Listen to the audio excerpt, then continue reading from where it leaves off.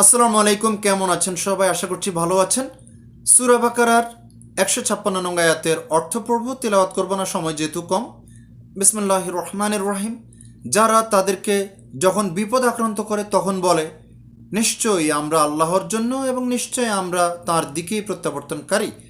তো আগের আয়াতে আল্লাহ তাআলা যেটা বলেছেন যে মুমিনদেরকে আল্লাহ তাআলা বিভিন্ন বিপদ আপদ, কষ্ট, মুসিবত, ধন সম্পদের ক্ষয়ক্ষতি, জানমালের ক্ষয়ক্ষতি এবং চাকরি বাকরি, ব্যবসা বাণিজ্য, যে কোনো কিছু দিয়ে ক্ষয়ক্ষতি দিয়ে আল্লাহ তাআলা তাদের ইমানকে পরীক্ষা করবেন যে এত ক্ষয়ক্ষতির পরও তারা আল্লাহর উপর ইমান হারিয়ে ফেলে কিনা।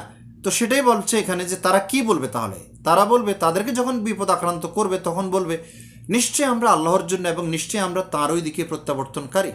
এছাড়া একজন মুমিন মুসলিমের আল্লাহর বিরুদ্ধে আর কোনো বক্তব্য রাখার কোনো সুযোগ নাই যদি সে প্রকৃতপক্ষে ইমানদার হয়। তা আমরা যেন সেই ইমান নিয়ে চলতে পারি, বলতে পারি, এটাই আমাদের লক্ষ্য হোক।